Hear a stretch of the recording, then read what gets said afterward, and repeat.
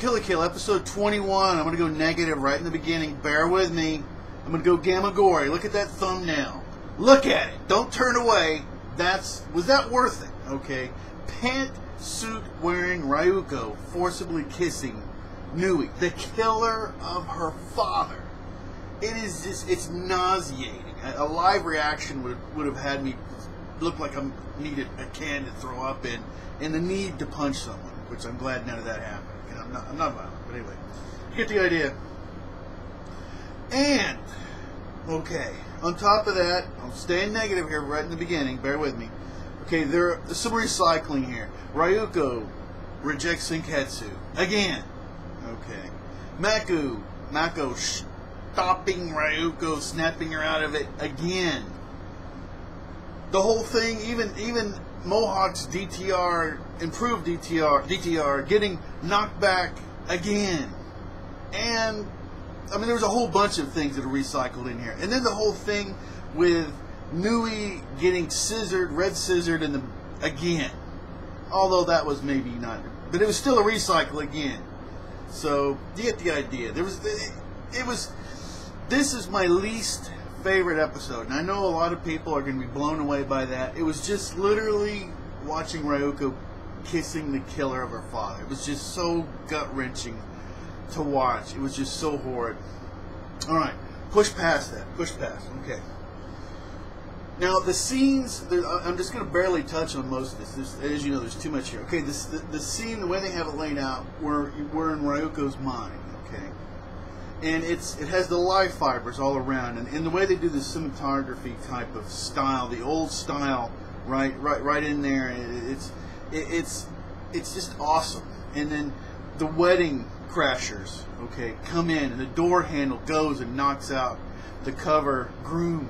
That was so funny. It was so hilarious. I just loved that.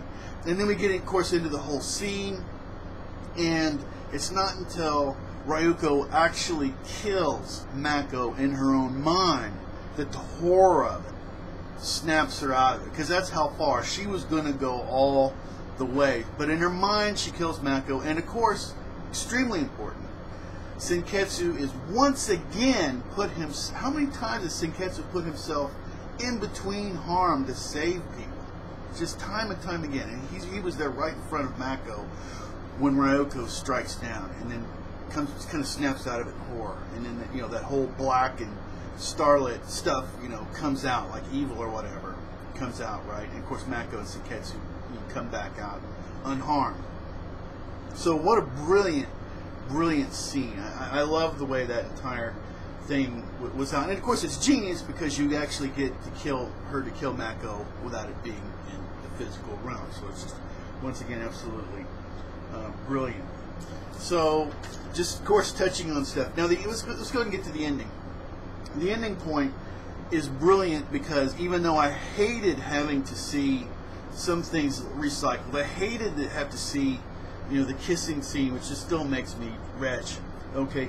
Where we're at the end of 21 is that the heroine has conquered the biggest, most important obstacle in her is her effed up childhood and all that goes along with it, which is extraordinarily effed up, right?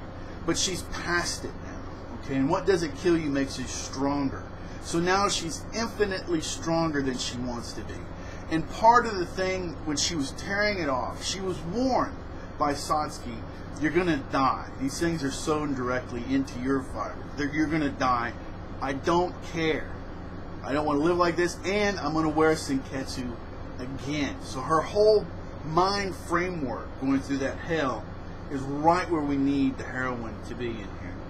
Just absolutely brilliant.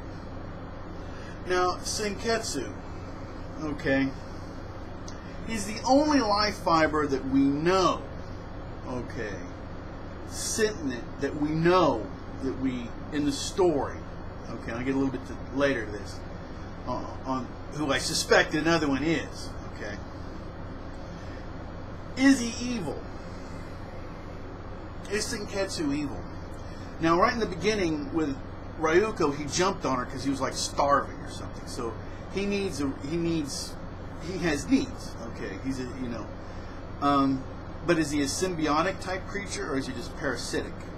Okay, getting right to that.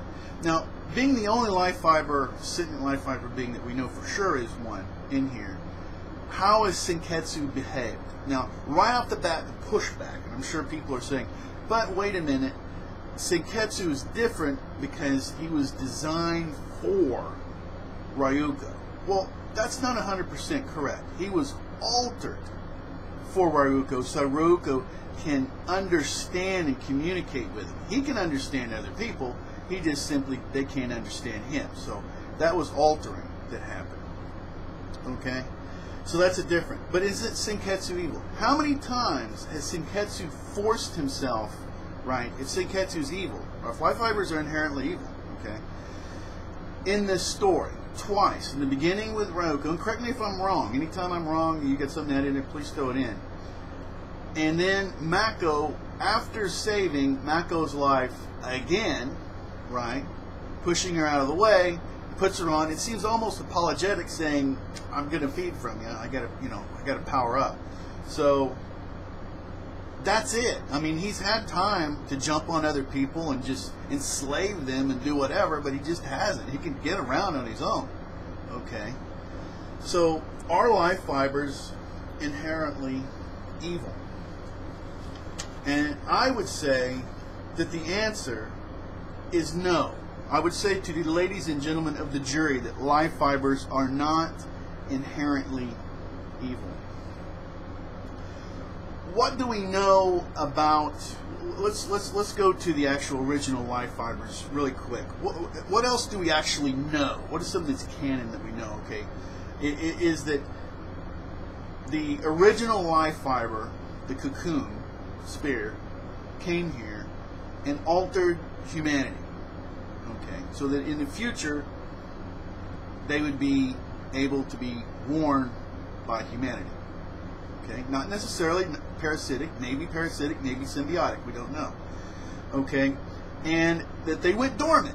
Now you would almost think if they just wanted to enslave, since we were basically had the ability to feed them anyhow, they would just enslave us to begin with, right in the beginning. Okay, that's what I would think. But if they wanted a symbiotic relationship, then they would need us to evolve to a point to where you could have a symbiotic relationship. So I would say it veers more to that, but is it concrete proof one way or the other? No. Supposedly, the Kirin clan was supposed to protect the life fibers. Okay?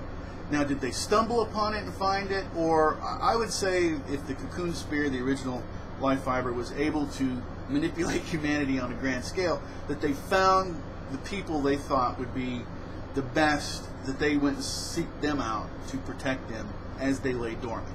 That's what I suspect.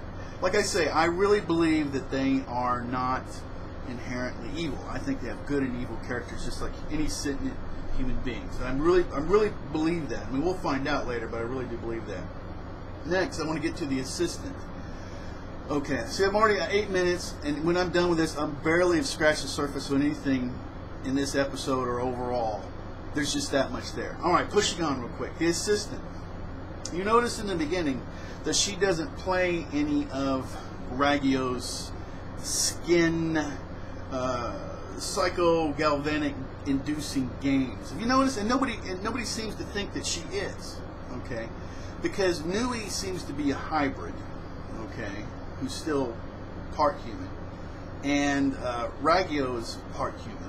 Okay, and Ryuko part human, and so that the activities that they're engaging in are creating energy. Okay, the psychogalvanic effect, and I don't believe that the assistant can do that, because I don't think the assistant is human on any level. I think that the assistant is an evil life fiber. I think it's a life fiber that believes that human beings are here to be enslaved. And it came separately, somehow escaped the cocoon with the other life fibers, whatever. But this is an evil influence working outside, and it may have been that experiments led and had this individual escape, okay, and fully energized and be fully aware, which the other ones don't see. These all seem to be dormant, okay. And in one way or the other, whether it was the curiosity of it doing experiments that pulled her out, and then she did this to Ragyo, and then through her was able to do everything else, because that seems to be the way that it's going. Okay. Also, as is pointed out, I was talking to my brother-in-law about this, and he reminded me of this. What the assistant, her glasses went rainbow, right? When they went and took the middle-aged men and had the covers down on them. And Ragyo was on this big screen behind her, but she wasn't physically there, and she may have been able to do it, but it looked like it was showing that the assistant went rainbow glasses and was able to do it herself. That's what it looks like. It just seems that there's things that, like, she wears a suit, and she did, like I said, she doesn't play any of the other Ragyo Kings or whatever. None of that. So I suspect she is an evil life fiber that's been allowed to escape or escaped herself or what have you. I personally like the thing is that they were doing experiments and somehow she escaped and fully energized somehow. Okay, and she wants all these others to subjugate humanity, where the original plan was to create a symbiotic relationship with humanity. Imagine a symbiotic relationship like that. Human beings, we want to explore space. I need to be in a spacesuit. Boom, you're in a spacesuit. I need to go jump. I need to fly. I need to do this and that. And you're producing energy in this symbiotic relationship for this other creature, for this life fiber. So it would be an extraordinarily mutually benefit situation for everybody. Okay. All right. So, pushing on, getting to the end here. But like I say, I believe that those are things that I believe are true. Nui's a hybrid, I already said that. And then I'm just going to touch on some things before I close out, because it's been a pretty long one. Okay, and I cannot wait, as every week, for the hangouts. This is going to be crazy. All right, Satsuki and the relationship with Junketsu. Whether she is successful, okay, she now has been able to be in a relationship with a life fiber being that was symbiotic. Okay, they were both working together. Okay, and it may be that she might be able to do that with Junketsu. Okay, now the problem is not being able to understand Junketsu. Also, I suspect, remember, that Satsuki had those experiments on her first, and I believe, to be honest, that she is just like Ryuko. I think the difference is that the will, the force of will of Satsuki is so powerful, overwhelmingly powerful, that it has suppressed the life fibers in her from being able to have any kind of influence. And I believe that is what is going on. Okay, I think that it could be possible that her latent abilities could emerge, and that she could have some kind of relationship like this with Junketsu, which would be interesting. But even if it's just the attempt, it'll be interesting to watch and see how that plays out. Okay, and of course, will Ryuko get the purple scissor, which they really showed is the key, which Satsuki really said, this is the key. You know, this is the most powerful tool against you guys, and that's why you wouldn't give it to Ryuko, because you weren't sure that she was going to be 100% on your side.